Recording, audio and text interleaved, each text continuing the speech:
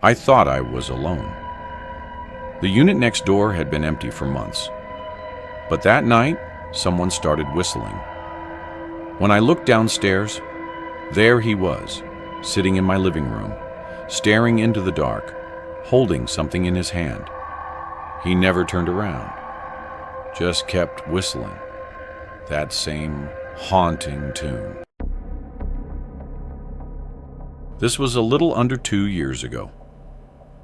Back then I lived in a small 2-story townhouse and worked remotely from home. The place had a small kitchen and living room on the first floor and 2 bedrooms on the second floor. One of those rooms I used as my office. During this time, the unit connected to mine that I shared a wall with was vacant. Nobody lived there or had moved in over 3 months. This night I was working pretty late. It was rainy and cloudy outside, so I didn't have much else to do and decided to use the extra time to get ahead on work stuff.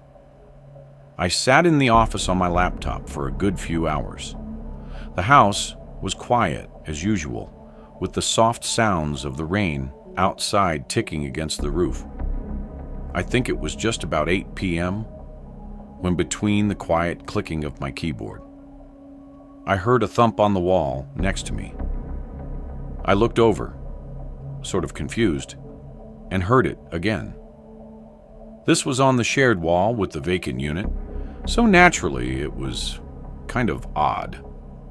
After a few seconds of thinking, I thought that it must have been the owner checking up on something, or maybe prepping the unit for a tour in the morning. Regardless, I continued working over the course of the next hour or so. I heard random sounds from the other units, creaks, thumps, and various other similar sounds. Oddly, they were spread out, like I'd hear one creak, then several minutes would pass before I'd hear anything else. But then, at just about 9:30, I heard a door suddenly creak open and then pushed closed. This was louder than all the other sounds that I'd been hearing throughout the night, which made me feel kind of uneasy. It had been months since I'd heard the sound of the other unit's door open and close, so I didn't actually know how loud or quiet it usually was. After a minute, I decided to take a break and leave the office, heading downstairs just to make sure everything was good with the other unit. I looked out the window next to the front door, seeing if maybe the owner's car was out there, but I didn't see anything. Nothing parked on the driveway or on the road. Also, while down there, I didn't hear a single noise from the other unit. I figured whoever it was must have already left, and so hopefully all the strange noises were done for the night after checking out the door and double-checking it was locked. I went right back upstairs to my office. I wasn't sure how much longer I really wanted to work for.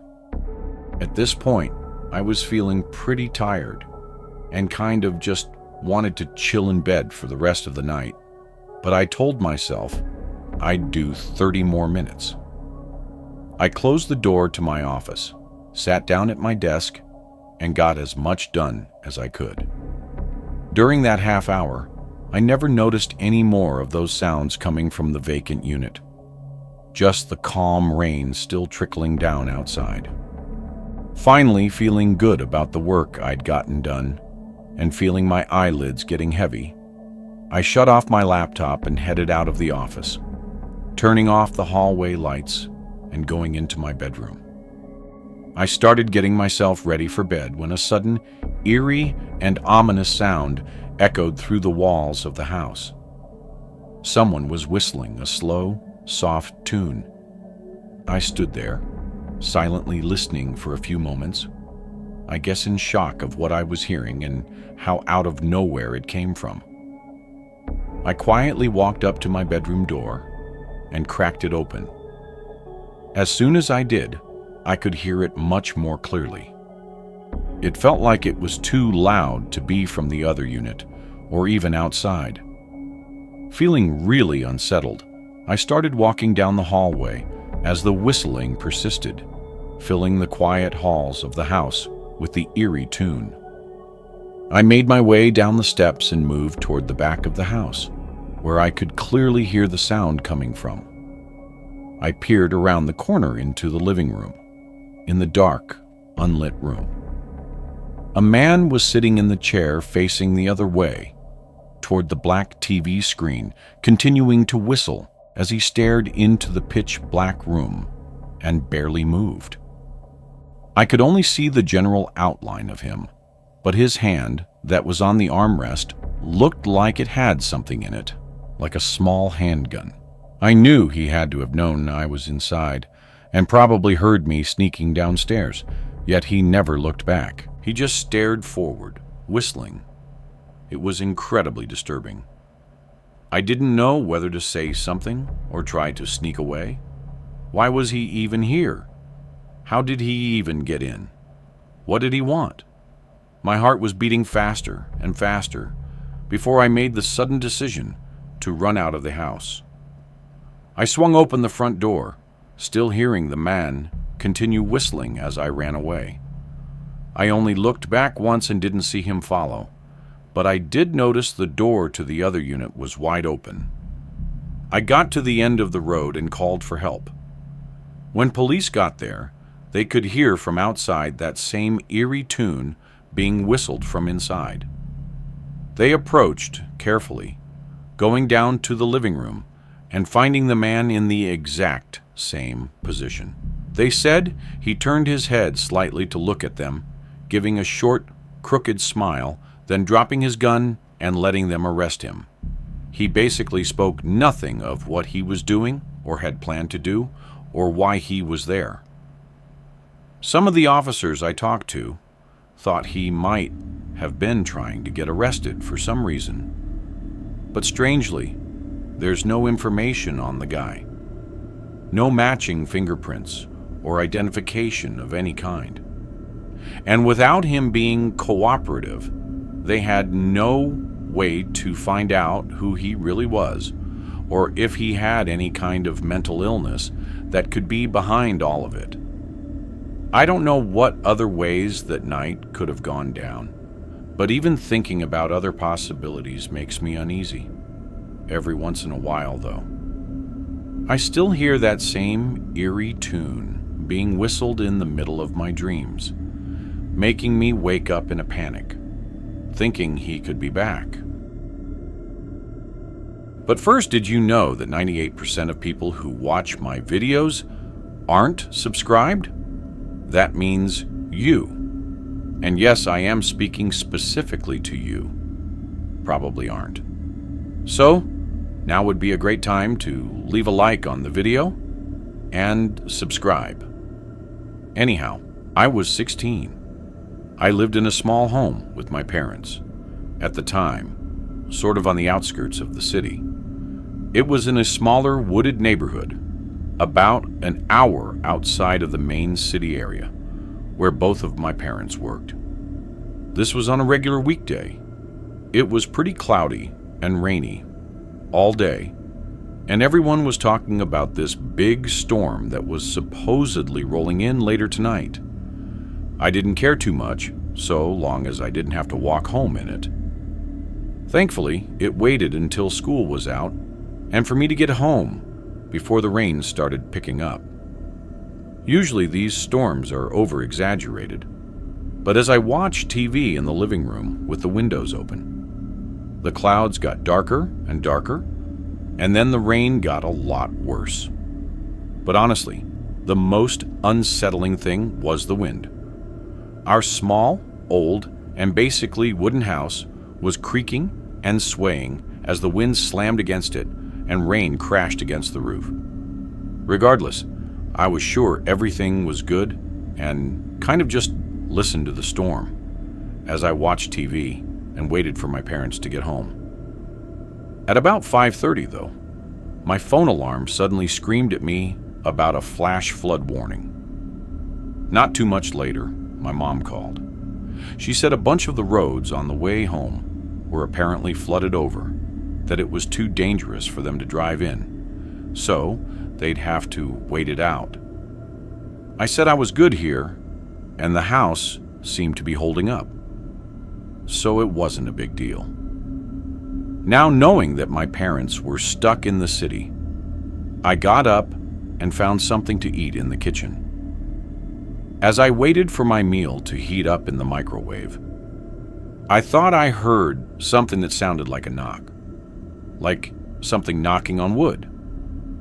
It was so muffled by all the rain and wind that it was hard to tell. And I thought, if it was anything, it was probably just something the wind was smacking against the house. So I ignored it. I grabbed my food and moved back over to the couch to watch TV. But before I could even start eating, I heard it again. This time, it kind of freaked me out because it sounded like it was at the front door, which was pretty much right next to me. And it was the exact same knocking pattern as the one I thought I'd heard when I was in the kitchen. Obviously, this made me think it had to be a person. But outside in this storm, that really didn't make any sense. I was too scared for a minute to even check out the door. So I kind of just sat frozen on the couch and waited for something to happen. But when nothing did, I finally got up and went over to check out the door. I walked up to the door and looked out the peephole. It was mostly fogged over. All I could see were the blurry shapes of heavy rain pouring down. I looked out there for a while, making sure I didn't see any figures move or something, but with no signs of anything, I felt safe opening the door. At first I was relieved. Nobody was there. It was just the monstrous storm outside. But then I noticed something weird. In the mud coming up to the porch, there were footsteps. I couldn't actually make out the shoe print or anything, but it was clear by the repeating pattern through the mud that they were definitely footsteps. And given the weather, they had to be recent to not have been washed away already. I felt a chill run through my body before I abruptly closed the door. I was really freaked out and really didn't know what to do. The rational side of me wanted to call my parents, or maybe even the police, because this was really strange with a massive storm going on and for me being alone. But the other side of me didn't want to worry anyone over something that was hopefully nothing. I mean, they weren't on the porch, so they must have already left. At least, that was my thought process. I stayed more alert, but refrained from calling anyone yet. I told myself, if I saw or heard anything else though, I'd call.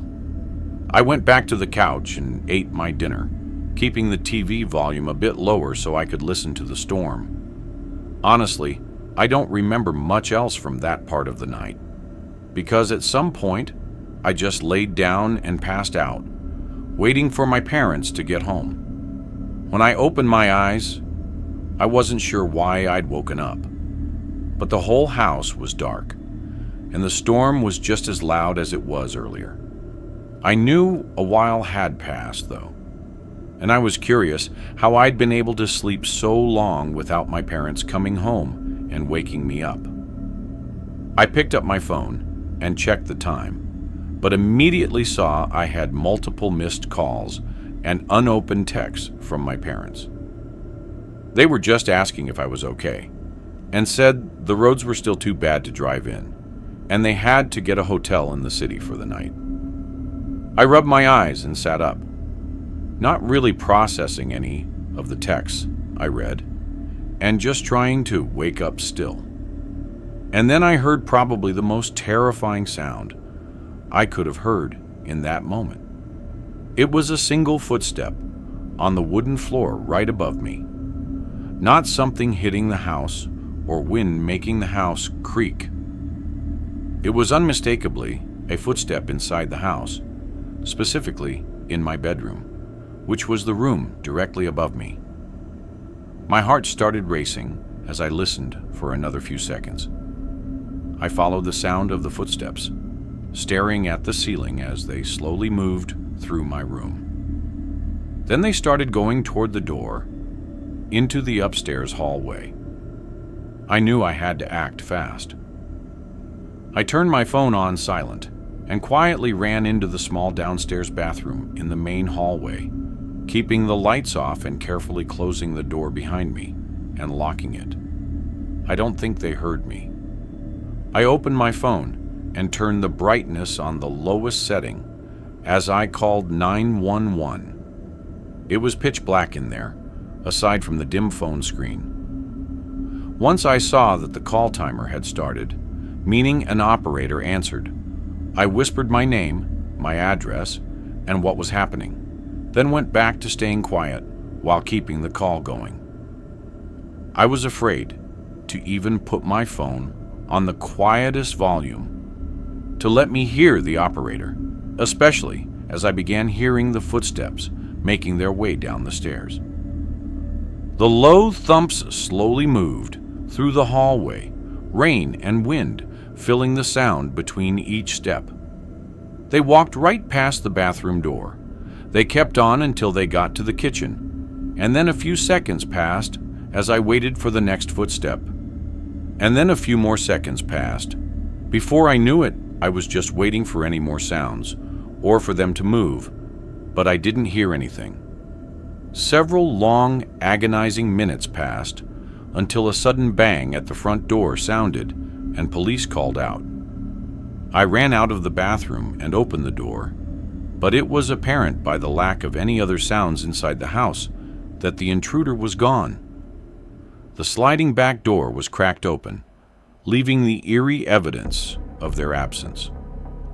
Likely, the sound of them breaking inside was drowned out by the heavy storm keeping me asleep. However, that could actually be the reason that I'm still here today. Whoever the intruder was seemed to only go through the hallway upstairs and into my bedroom, so me staying asleep on the couch and not making myself known was probably for the best. Disturbingly, though, it seems clear that they were looking for me. What's really unnerving to think about, even today, years later, is that I never saw the person, so I literally know nothing about them, whether they're a man or woman, teenager or adult, someone I knew or someone I didn't know, or worse, someone that I didn't know, but that knew me. Me and my parents have been pretty on edge for the last few years, hoping whoever it was doesn't attempt to come back to continue whatever they had planned for that night. I live alone in a pretty quiet, cozy neighborhood in a suburban town outside of a small city. I'd been there for several years and really had no issues with it. I knew most of my neighbors and felt like our town was just really quiet and calm. Nothing much ever happened, and I was able to just live my life in peace. This was in the middle of spring. I'd gotten out of work after a long 12-hour shift, driving home in the dark around 9 p.m. The roads were empty, and the neighborhood was still in dark, as most people had been hunkered down inside from the pouring rain for the past several days now.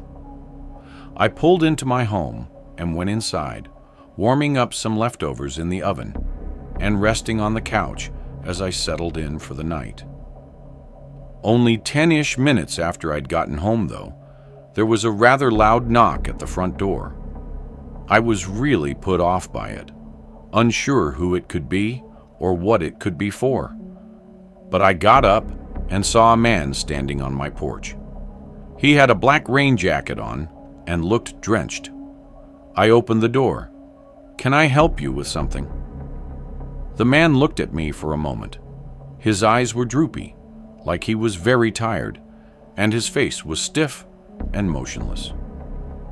He looked a bit older than me, maybe in his early 30s, with a dark beard and longish brown hair, soaked by the rain. Finally, he answered, speaking slowly and without much emotion, explaining that his dog jumped his fence and he wanted to know if I'd seen it. I said no, that I haven't seen anything. He nodded in an understanding way, but his eyes wandered past me and into my house as he slowly turned away and walked off the porch. I closed the door. I thought the guy was kind of weird, but maybe he was just really tired and frustrated, especially with all this happening at night and in rainy weather. I hoped he'd find his dog soon, though, and aside from that, I went back to the couch and forgot about it. I want to say I was sitting there, watching TV for maybe 15 minutes, before there was a sudden knock at the front door again. Immediately, I was sure it was the same guy, but I had no idea why he'd come back. I got up, very confused and sort of concerned as well. Sure enough, when I looked out, I saw the same guy standing behind the door.